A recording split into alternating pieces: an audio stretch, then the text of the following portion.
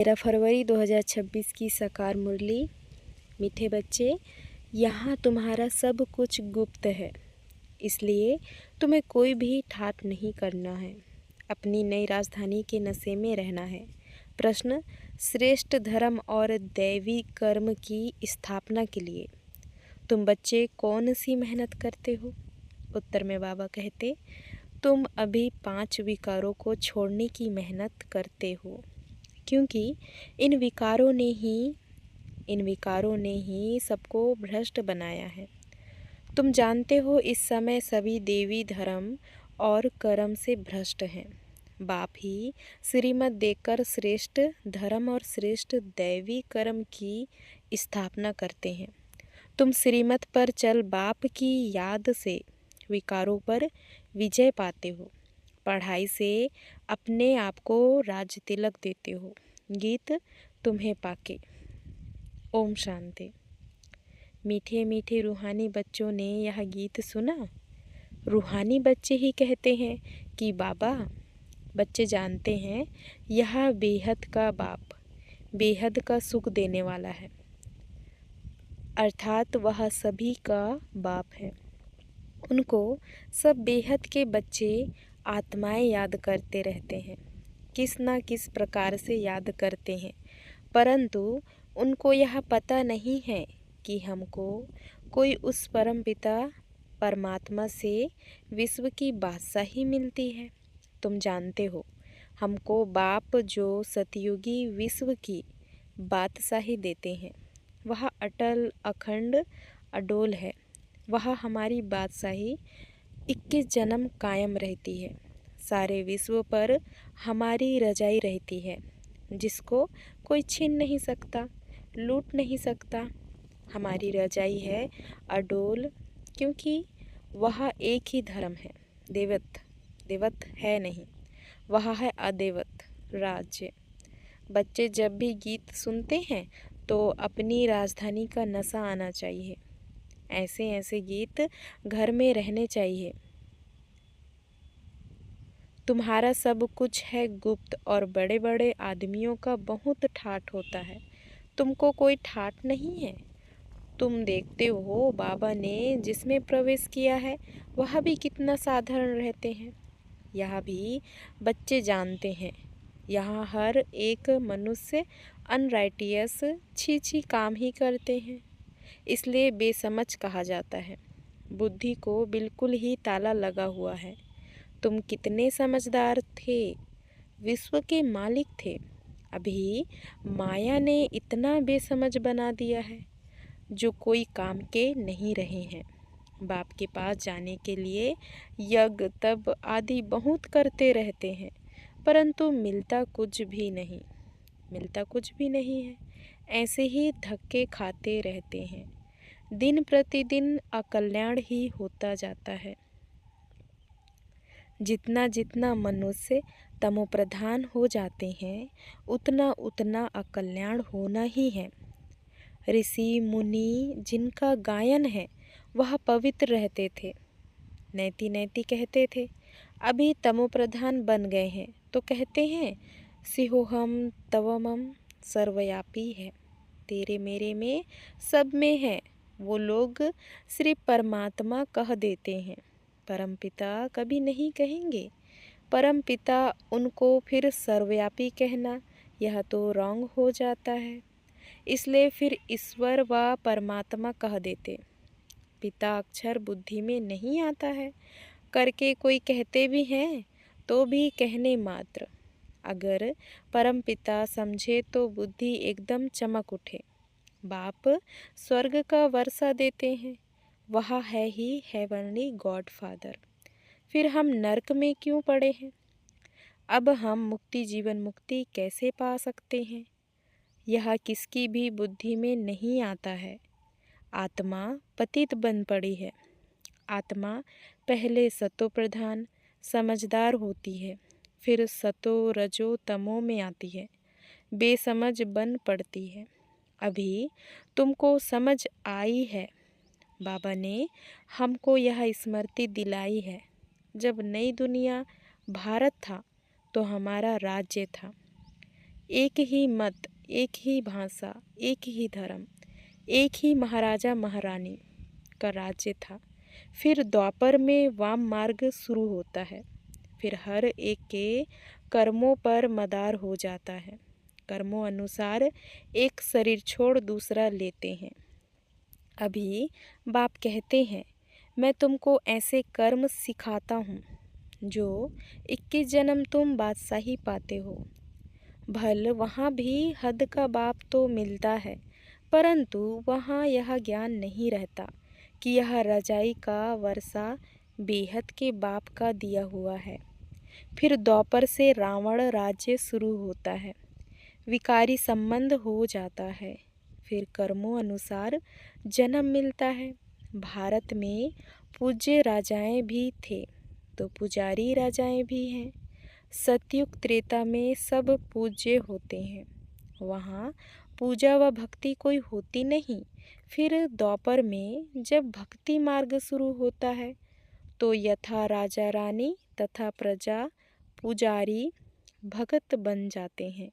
बड़े से बड़ा राजा जो सूर्यवंशी पूज्य था वही पुजारी बन जाते।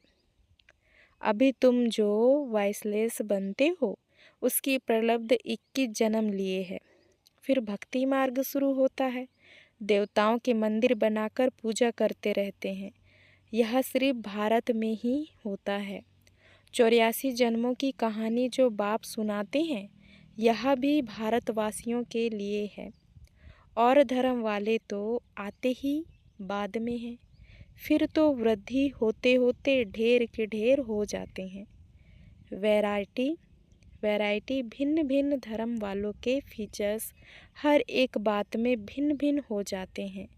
रस्म रिवाज भी भिन्न भिन्न होती है। भक्ति मार्ग के लिए सामग्री भी चाहिए। जैसे बीज छोटा होता है, झाड़ कितना बड़ा है। झाड़ के पत्ते आदि गिनती नहीं कर सकते। झाड़ के पत्ते आदि गिनती नहीं कर सकते। वैसे भक्ति का भी विस्तार हो जाता है। ढेर के ढेर शास्त्र बनाते जाते हैं। अब बाप बच्चों को कहते हैं, क्या कहते हैं बाप बच्चों को? यह भक्ति मार्ग की सामग्री सब खत्म हो जाती है। अब मुझ बाप को याद करो। भक्ति का प्रभाव भी बहुत है ना, कितनी खूबसूरत है। नाच तमाशा गायन आदि कितना खर्चा करते हैं। अभी बाप कहते हैं, मुझ बाप को और वर्षे को याद करो। आदि सनातन अपने धर्म को याद करो। अनेक प्रकार की भक्ति जन्म जन्मांतर तुम करते आए हो। सन्यासी भी आत्माओं के रहने के स्थान तत्व को परमात्मा समझ लेते हैं। ब्रह्म व तत्व को ही याद करते हैं। वास्तव में सन्यासी जब सत्व प्रधान है तो उन्हों को जंगल में जाकर रहना है, शांति में। ऐसे नहीं कि उन्हों को ब्रह्म में जाकर लीन होना है। वह समझते हैं ब्रह्म की याद में रहने से, शरीर छोड़ने से ब्रह्म में लीन हो जाएंगे। बाप कहते हैं लीन कोई हो नहीं सकते। आत्मा तो अविनाशी है ना, वह लीन कैसे हो सकते? भक्ति मार्ग में कितना माथा कूट करते हैं। फिर कहते हैं भगवान कोई ना कोई रूप में आएंगे। कौन राइट? अब कौन राइट? वह कहते हम ब्रह्म से योग लगाए ब्रह्म में लीन हो जाएंगे। गृहस्थ धर्म वाले कहते भगवान किसी न किसी रूप में पतितों को पावन बनाने आएंगे। ऐसे नहीं कि ऊपर से प्रेरणा द्वारा ही सिखलाएंगे। टीचर घर बैठे प्रेरणा करेंगे क्या? प्रेरणा अक्षर है नहीं। प्रेरणा से कोई काम नहीं होता। भल शंकर की प्रेरणा द्वारा विनाश कहा जाता है, परंतु है यह ड्रामा की नोट। उन्हों को यह मुसल आदि तो बनाने ही है। यह सिर्फ महिमा गाई जाती है। कोई भी अपने बड़ों की महिमा नहीं जानते। धर्म स्थापक को भी गुरु कह देते हैं, लेकिन वे तो सिर्फ धर्म स्थापन करते हैं। गुरु उनको कहा जाता जो सद्गति करें। वह तो धर्म स्थापन करने आते हैं। उनके पिछाड़ी उनकी वंशावली आती रहती है। सद्गति तो किसकी करते ही नहीं, तो उनको गुरु कैसे कहेंगे। गुरु तो एक ही है जिसको सर्व का सद्गति दाता कहा जाता है, और वह कौन है? शिव बाबा। भगवान बाप ही आकर सबकी सद्गति करते हैं, मुक्ति जीवन मुक्ति देते हैं। उनकी याद कभी किससे छूट नहीं सकती। भल पति से कितना भी प्यार हो, फिर भी हे भगवान, हे ईश्वर जरूर कहेंगे, क्योंकि वही सर्व का सद्गति दाता है। बाप बैठ समझाते हैं, यह सारी रचना है। रचयिता बाप मैं हूँ, सबको सुख देने वाला। एक ही बाप ठहरा, भाई भाई को वर्षा नहीं दे सकते, वर्षा हमेशा बाप से मिलता है। तुम सभी बेहद के बच्चों को बेहद का वर्षा देता हूँ, इसलिए ही मुझे याद करते हैं। हे परमपिता, क्षमा करो, रहम करो, समझते कुछ भी नहीं। भक्ति मार्ग में अनेक प्रकार की महिमा करते हैं, यह भी ड्रामा अनुसार अपना पार्ट बजाते रहते हैं। बाप कहते हैं, मैं कोई इन्हों के पुकारने पर नहीं आता हूँ, यह तो ड्रामा बना हुआ है। ड्रामा में मेरे आने का पार्ट नुदा हुआ है। अनेक धर्म विनाश, एक धर्म की स्थापना व कलयुग का विनाश, सतयुग की स्थापना करनी होती है। मैं अपने समय पर आप ही आता हूँ।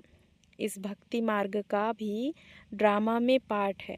अभी जब भक्ति मार्ग का पार्ट पूरा हुआ तब आया हुआ हूँ। बच्चे भी कहते हैं, अभी हम जान गए, 5000 वर्ष के बाद फिर से आपके साथ मिले हैं। कल्प पहले भी बाबा आप ब्रह्मा तन में ही आए थे। यह ज्ञान तुमको अभी मिलता है, फिर कभी नहीं मिलेगा। यह है ज्ञान, वह है भक्ति। ज्ञान की है प्रलब्ध चढ़ती कला, सेकंड में जीवन मुक्ति कहा जाता है। कहते हैं जनक ने सेकंड में जीवन मुक्ति पाई। क्या सिर्फ एक जनक ने जीवन मुक्ति पाई? जीवन मुक्ति अर्थात जीवन को मुक्त करते हैं इस रावण राज्य से। बाप जानते हैं सब बच्चों की कितनी दुर्गति हो गई है, उन्हों की फिर सद्गति होनी है। दुर्गति से फिर उच्च गति, मुक्ति जीवन मुक्ति को पाते हैं। पहले मुक्ति में जाकर फिर जीवन मुक्ति में आएंगे, शांति से फिर सुखधाम में आएंगे। यह चक्र का सारा राज बाप ने समझाया है। तुम्हारे साथ और भी धर्म आते जाते हैं, मनुष्य सृष्टि वृद्धि को पाती जाती है। बाप कहते हैं, इस समय यह मनुष्य सृष्टि का झाड़ तमोप्रधान जड़ जड़ीभूत हो गया है। आदि सनातन देवी देवता धर्म का फाउंडेशन सारा सड़ गया है, बाकी सब धर्म खड़े हैं। भारत में एक भी अपने को आदि सनातन देवी देवता धर्म का समझता नहीं है देवता धर्म के, परंतु इस समय यह समझते नहीं हैं। हम आदि सनातन देवी देवता धर्म के थे, क्योंकि देवताएं तो पवित्र थे। समझते हैं हम तो पवित्र है नहीं, हम अपवित्र पतित अपने को देवता कैसे कहलाएं। यह भी ड्रामा के प्लान अनुसार रस्म पड़ जाती है हिंदू कहलाने की। आदमशुमारी में भी हिंदू धर्म लिख देते हैं। भल गुजराती होंगे तो भी हिंदू गुजराती कह देंगे। उन्हों से पूछो तो सही कि हिंदू धर्म कहाँ से आया, तो कोई को पता नहीं है, सिर्फ कह देते हमारा धर्म श्री कृष्ण ने स्थापन किया। कब? द्वापर में। द्वापर से ही यह लोग अपने धर्म को भूल हिंदू कहलाने लगे हैं, इसलिए उन्हों को देवी धर्म भ्रष्ट कहा जाता है। वहाँ सब अच्छा कर्म करते हैं, यहाँ सब छी कर्म करते हैं, इसलिए धर्म भ्रष्ट कर्म भ्रष्ट कहा जाता है। अब फिर श्रेष्ठ धर्म श्रेष्ठ दैवी कर्म की स्थापना हो रही है, इसलिए कहा जाता है अब इन 5 विकारों को छोड़ते जाओ। यह विकार आधा कल्प से रहे हैं, अब एक जन्म में इनको छोड़ना, इसमें ही मेहनत लगती है। मेहनत बिगर थोड़ी ही विश्व की बादशाही मिलेगी। बाप को याद करेंगे तब ही अपने को तुम रजाई का तिलक देते हो, यथार्थ रजाई के अधिकारी बनते हो। जितना अच्छी रीति याद में रहेंगे, श्रीमत पर चलेंगे, तो तुम राजाओं का राजा बनेंगे।